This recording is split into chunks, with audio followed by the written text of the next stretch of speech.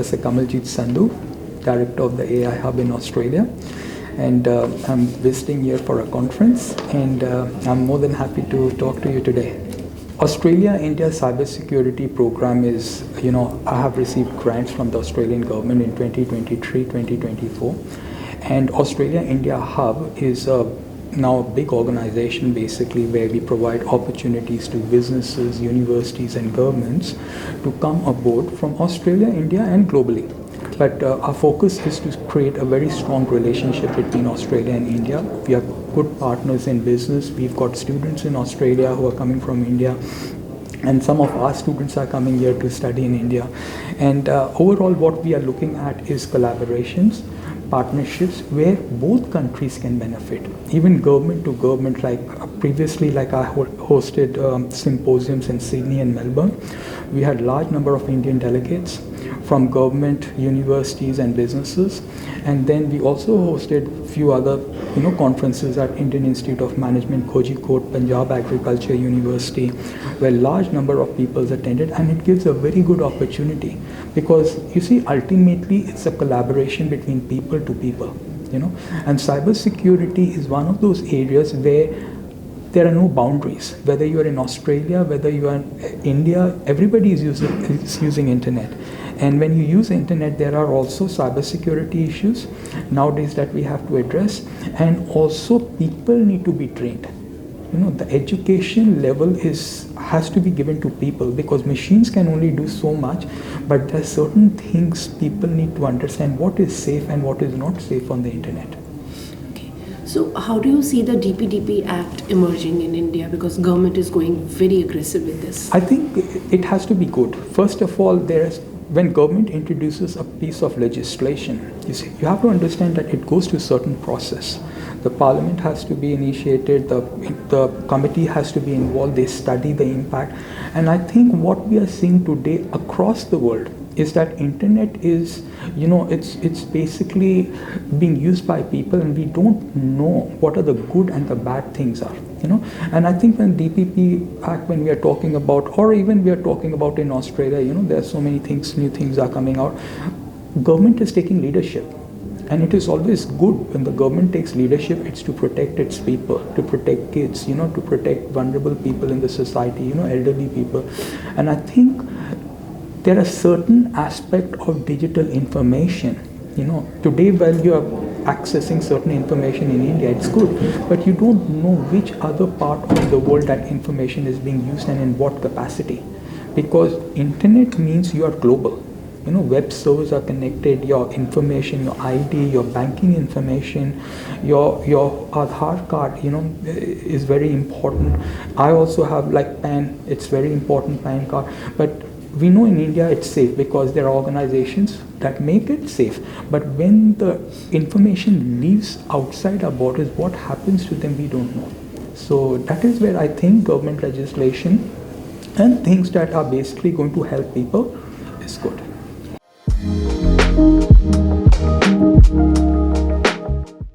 Very good question. Very good question in the sense that you have today addressed an issue that is confronting everybody. AI is very good. AI is a powerful instrument. In next 20 years, we will see more of AI. Not only in terms of business, but in personal lives of people. But the boundary of AI is not clearly defined. Today we as humans interact with each other. We know, there are certain things like, privacy is there. You have to respect other people's, personal time and things. Whereas in AI space, there is no clear guideline available. Now, when we look at cybersecurity, previously, cyber attacks used to be done by humans. One person would launch a cyber attack. It will try to, steal your personal information, your banking details, some sort of a financial benefit was involved. But today, one person can launch 1 million cyber attacks from different parts of the world without even leaving his computer. Now, if you look at that scale is so big because I've been studying, my research is basically looking at the level of cyber attacks, how they are initiated and what a cybersecurity leader should do. Because cybersecurity leaders are not computer science graduates. They went to university 20 years back, but they are leaders, CEOs, CFOs of big companies. But they are very good in managing people. But with AI, the game has changed. You cannot pinpoint where this cyber attack has started and where it ends. When somebody broke into your computer and silently recording all your activity. I have seen computers that have been hacked for years. For years, I'm not saying months, days, for years, and people don't know. Somebody is stealing your credit card information, somebody is stealing your ID, somebody is stealing your banking information. Now, an ordinary person doesn't know about this. You think your computer started, everything is good, and you did your email and you quickly had to go and pick up your kids from the school, or you had to rush to work and you left your home. But after you left, what happened? Now that is something ordinary person doesn't understand. Now that is where we come in. We are experts. We study that problem and we look at the cyber security. But now what we are seeing, the computer in itself is a machinery that can work autonomously. Your phone can record things that you may not know. You're talking to your family member or you're talking about something, and your phone has got features like an Android where it's picking up your words. And then next time when you're on the search engine on Google, they will show you, this movie or this travel destination. And so it is called mining, data mining. So I know businesses, companies use this ethically, but then there are dark side of the world where we don't know where this information is being used. There's a big processing of this data outside India, in other countries, that are not very friendly to India. I won't name them, but they basically look at their data and they basically mine that data, and it's used for AI. AI then uses to launch, attacks on those systems. So we have seen over the years, like government institutions have been attacked. My study basically was into a large-scale attack that was launched, was a very silent one, not known. And what I could understand that it was systematically done. The system was compromised. And I'm talking about this of a banking and government system. Over the years, they didn't know that. But once the system is compromised, then it becomes very difficult, because now the whole system is basically being monitored by AI professionals outside the country, not inside. So very rarely you will have people do this within the country, because sometimes 99.99% of their time, these people are not in that country where they are doing this, and you cannot find them. They can be anywhere in the world.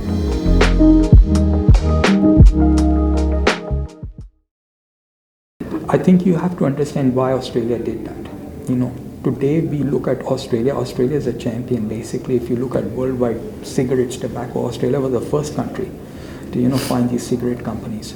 Today, if you look at the internet, what Australia has done, there was a reason behind that. There was a parliament, there was a committee, and what we are seeing is that regulation was very important, because Australia has been a very good country. We give full freedom to everybody, but when that freedom affects badly on somebody else, then the government steps in, takes leadership. And I think Australia has shown a very good leadership, and the government and people in Australia are proud of it that the government has enacted, because social media has gone out of control. Children are being impacted, and it's not right, for children to be exposed to content that is not, good for them. But I think legislation will go a long way to correcting this. And if a company or a business, whoever it is, whether it's a social media platform or wherever, and they are, crossing that line, and it's not only just in social media, it's also in every part of our life. If anybody breaks the law, breaks the rule, they pay the fines. But what I see is that in the next 20 years, this will have to be updated, because now we have got AI. Now AI will be an autonomous system. Basically, it will work without human intervention. But what I'm seeing, that more countries should follow this, because if we don't, because there's a dark side of social media, that children's and vulnerable people in our society get impacted. That should not happen. Technology is very good, AI is good, but it has to be used responsibly. Companies, businesses, big organizations need to understand that how does it impact people? You know, if you provide somebody with good health care using AI, you know, save their life, very good. There are thousands and millions of people in India who need that help, even in Australia. We are helping people, we are helping saving lives. But when technology goes beyond that, you know, and impacts people's mental health, which is nowadays, you know, a lot of young people getting affected, I think that is not right. And that's where I think legislation corrects that, and the government takes leadership. And leadership is about taking good decisions. And I think Australia has done the right thing.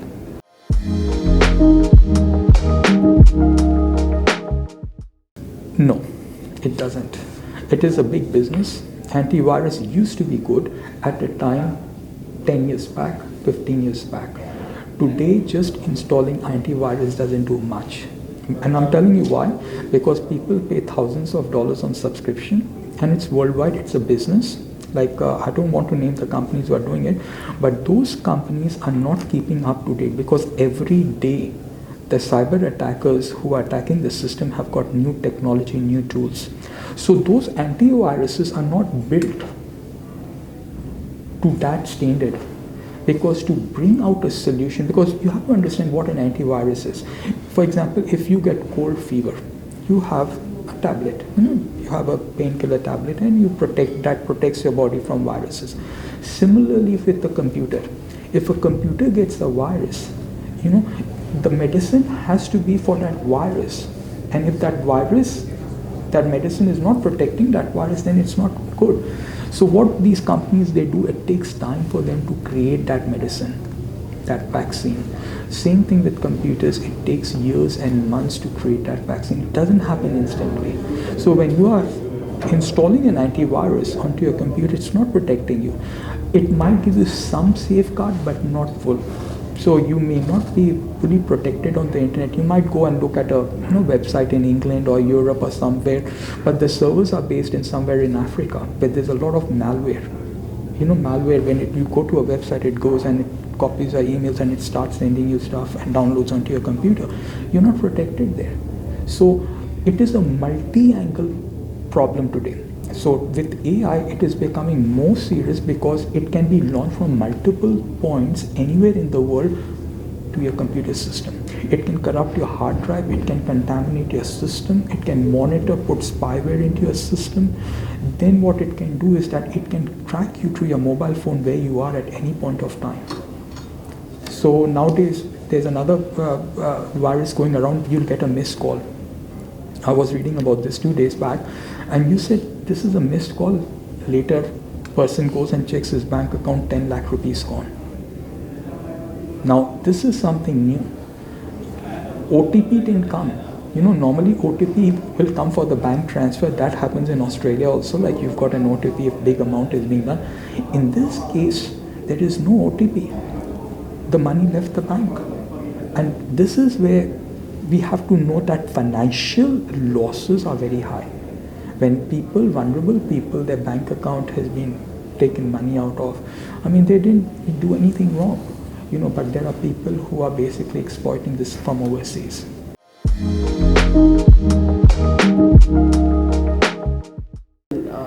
Even if you don't leave your digital footprint, you might think, okay, I didn't leave my digital footprint and I logged out of the system. But then there is a software that can look at your computer screen and record your password and username without you knowing. Somebody can install that. The moment you do that, an email comes or you go to a website, it automatically downloads to your temporary hard drive file, and it monitors your screen, and the next time that person is within your computer system and records everything. So we have to understand digital footprint is a very basic thing that you can do to protect yourself and your computer. But today, digital footprint is also meaning that you are global. Anywhere in the world you are, it's like leaving your home. You are outside your home and you are traveling anywhere in the world. Everybody has to be, careful when you're traveling. You don't give your passport to anybody. Same thing with the internet. So your personal information is now available freely, and why it happens, most of the web servers around the world are unmonitored. So there is a big problem. Who is hiring these web servers? Until unless we don't get to those technical systems, secure them, it's like, the world is basically, would be like something that is unsafe on the internet. So even if a company will say, look, your information is safe, your password is safe, we took every effort to, have your username and ID safe, but where do they keep it safe? I'm a computer expert, I go around the world. I just returned from San Francisco, and the same thing I asked. I said, look, where is the data stored? Is it stored in the US? Is it stored in Africa? Is it stored in Asia? Where is it? And what are the certifications these data warehouses have got? Are there any standards they're adopting, even for their own country or for the country of other citizens? So we have to have a very clear, see, the technical platform is unmonitored. And that is where the problem rises. It's not that your computer is unsafe because you have used your username and password honestly. But where is this data residing now? Which country is it going? Where is it living? Where the standards are? What level of medium it's being used? Who is accessing your data? That is the question we have to ask. And that is where we don't get clear answers. Because companies today, technology companies say, okay, we are providing you with service, but hang on, where is this data residing? This person is a customer. For example, you might be a customer of Air India or any other business, but you would like to know, where is my data residing? And even if they say it's residing in India, show us the documentation. There should be clear, transparent, thing from the organization to the customers. Look, this is your data, this is where our servers are in India, and that's where. So at least people get some sort of confidence.